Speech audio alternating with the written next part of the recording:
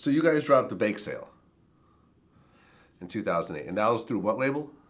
Chocolate Industries here, Okay. and then XO Records in the UK. Okay. So how did that do? Big Sale, I feel like Big Sale was received pretty well, man. We got a lot of really cool write ups from a bunch of the heavy hitter writers at the time, man. It was received really well, man. I feel like that if we would have got it out any later, then it might have not hit the same way. I feel like the way it came out was probably the best time, and at that time all that stuff was owed to us anyway because we had recorded all that stuff like earlier in the process, so it was all owed to us. And then we were like, man, we don't even care about these songs no more. Like, it's old, blah blah blah blah blah. And then a couple of our members of our team were like, nah, y'all, let's put this together. Let's get this album out and make it a complete package, and let's just package it up, even though it's old to y'all, and get it out because it's not old to the people yet, And that was our first like cohesive project, so we didn't understand that time delay between when you make something and when it hits the streets and when it hits the people. So we thought because we recorded it a couple months earlier and it was old to us that it was old to the people, but we were doing it for the first time, so we didn't put that time gap into the dynamic. But Bake Sale was received real nice, man. Like, Bake Sale definitely kind of changed the game in a lot of ways, sound wise, aesthetic wise. And it just kind of brought a new attitude and a new perspective that wasn't out, at that time. So Bake Sale kind of came through and shut a lot of shit down, man. Kicked open a big hole for us. Yeah. And why'd you call it Bake Sale? We had a label that was called Cake, and it was just a play on words at the time. It was Gotcha. like the first name we came up with for a record, and we just wrote it out. So when you guys came out with Bake Sale, and that kind of was your, kind of your first complete project, people sort of saw the imaging and the fashion, and at the time they weren't really ready for it. Like, can you really talk about what you guys were doing at the time, fashion-wise, and how people reacted to it? They weren't feeling it.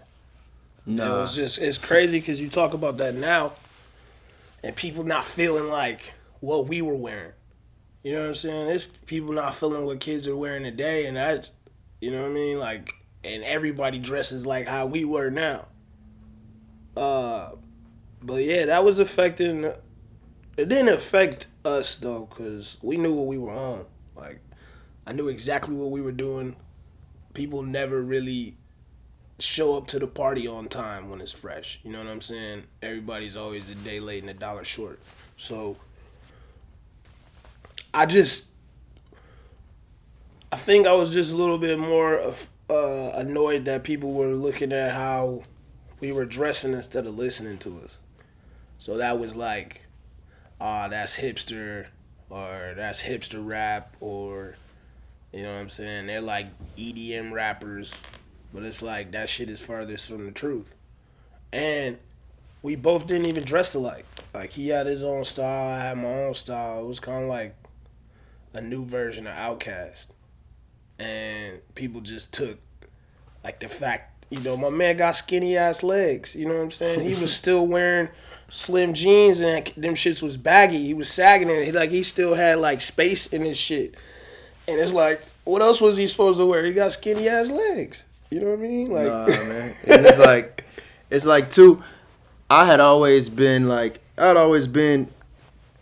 of the curve when it came to clothes, fashion, all of that, because I'm from Chicago, and like, they get dressed. You know what I mean? Like, Chicago's a place that gets dressed, and you got to know how to play your stuff, and you can't be late. You can't be rocking off-brand bootleg shit, really. Like, it's a place where it's a lot of scrutiny on how you dress. I went to public school and all that too, so it was like, if you ain't come correct, you could get flamed on, and everybody's gonna see it. So I always knew how to, like, put my stuff together and kind of dress better than the people around me, pretty much, man. I had an older brother and sister that used to, like, put me on the new stuff that kids my age wouldn't know about, basically. So I would come to school with, like, the, iceberg outfit, iceberg history, $200 sweater, with Donald Duck on it or something. And kids in my class would be like, man, what you got, Mickey Mouse and Donald Duck on your sweater, man? And they try to like make a joke about it, and then like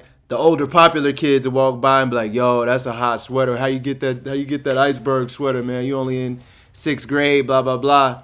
And then all the kids in my grade would start, hopping on my jock after that. So at that moment, I knew like you can't really trust people's judgment of what fashion will be and what your clothes look like, because as soon as somebody that they look up to says they like it, then they like, oh shit, yeah, I like it too, So at that moment back when I was a kid, I already knew like, don't really worry about what people say initially, man, because once that recognition kick in to a point where somebody they likes it, then they gonna like it too. So I just knew how people got that like kind of sheep mentality.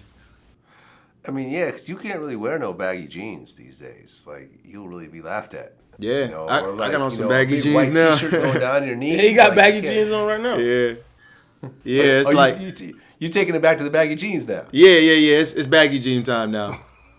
It's Okay, so the skinny jeans era is over right now, as far as you're concerned. Yeah, it's like, man, it's always a timeline with me, man. Once certain things get to certain people, then it's time to let go. You know what I mean? Like, it's a timeline with all these things, with clothes, fashion, all that stuff. It's a timeline. Once it gets to like certain stores and certain malls and stuff, then it's like, all right, it's time to shake that. Especially if you call yourself like a cutting edge type of dresser, and you like to be on like the forward side of things with it, then you gotta let go at the right times and just be ready for the next shit, because you're not supposed to look like everybody if you're supposed to be one of those guys. If you're one of those guys that's known for the fashion, like if you look like Tom, Dick, and Harry, then you're not that guy no more. You just blending into the mold right now. So you gotta always just stay ahead, man. Stay in your own lane, basically. Stay in your own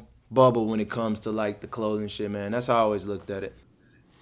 Yeah, and you've seen what Kanye has done. Oh yeah, of course, man. Came out and it's done everything basically with clothes. He reached athlete status right now. Own shoes and all that. So he's one of those guys too. He's always kind of trying to stay ahead of something. He's trying to stay ahead of something and stay pushing things forward a bit. And I like to look at it in a pretty similar way. Now, did you guys deal with Kanye at all during this time? Nah. I mean, we just crossed paths here and there, but Yeah.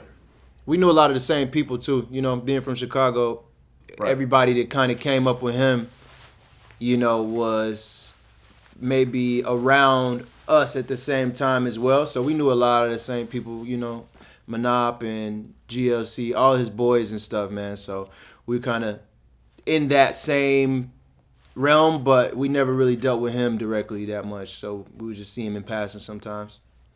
Well, you talked about how, like, your culture is basically a spider web from Kanye. yeah. Explain that. If you really, I mean, it's kind of like, let me see how you explain it like the coolest way. Well, you got to think about what he represented when he came.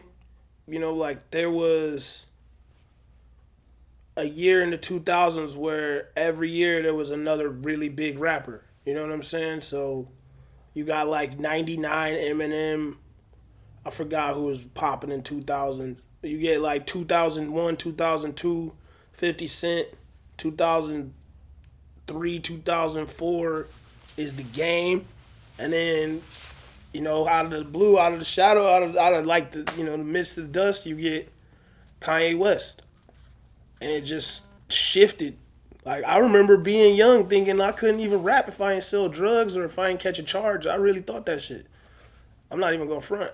like late 2003, there ain't no way you thinking about being a rapper without no dirt on you, which is a fucked up mind state. But that's kind of like where things shifted at. Now, you could listen to Underground, you could have been deep into the raucous, but you didn't think you could be, a source cover rapper without a body or being shot at or doing a little bit of time or, That shit was scarcely a mindful. It was like not even scarcely. It was scary. Like, it was that. Now that we this far past that generation of rap, but like that was what they was forcing you to think. Yeah. To be a rapper, you had to do this, and it's no telling what that did to a ton of young motherfuckers that possibly just wanted to rap and was just on trash because they was trying to rap. Yeah, it's like I'm gonna go knock this motherfucker in the head with this pistol real quick so I can rap. You know what I mean? Right. So Kanye comes and sells, the same amount as the big, stupid, you know what I'm saying, gangster rappers at the time. And then remember, it comes out with his... He went head to head with 50. Yeah, but that was way later. Yeah, that was in 07. Yeah, I remember that. But that was, and then in 05, he comes out with the late registration and kind of like elevates everybody's consciousness towards better music. Like 05, 06 was a great year for tunes in general. You know what I'm saying? So I feel like kids started to believe they could rap different. And then you got Lupe, which is the year after. Basically Lupe was on late registration. And then right after late registration, there was just like, things just started to rise a little bit more. And then after late registration is when MySpace got going. So you kind of think about like what he led stuff in towards. And, after Lupe, it was tons of us. There's tons of people just with different styles and, representing a different side of the world that listened to hip-hop but wasn't quote-unquote hip-hop culture at that time. Now, everything is hip-hop culture. In 05, 06, 50 Cent G-Unit was hip-hop culture. Like, straight up. It wasn't even like real West Coast really wasn't even involved in shit. It wasn't nothing but hood-ass New York music. And now you get like kind of a buffet table of everything. Like people complain about it, but we probably in the best era for rap in a long ass time because it's so much good shit of everything. Like it's not one section of good shit. It's good shit in every level. You know what I mean? You could put your SoundCloud on play and come up with like 18 songs you ain't never thought you would like in your life in that day. So, yeah. I just feel like things have spiraled. He was the finger in the, like that one droplet creates all these waves. But if it wasn't for them kind of changing the tone of where rap could be, you know what I mean? Because then after that, Mos Def becomes pop culture. Like all these people that were working with Kanye become, pop artists. You know what I'm saying? After that, Mos Def is this. Dave Chappelle's show is out. Now everything is global.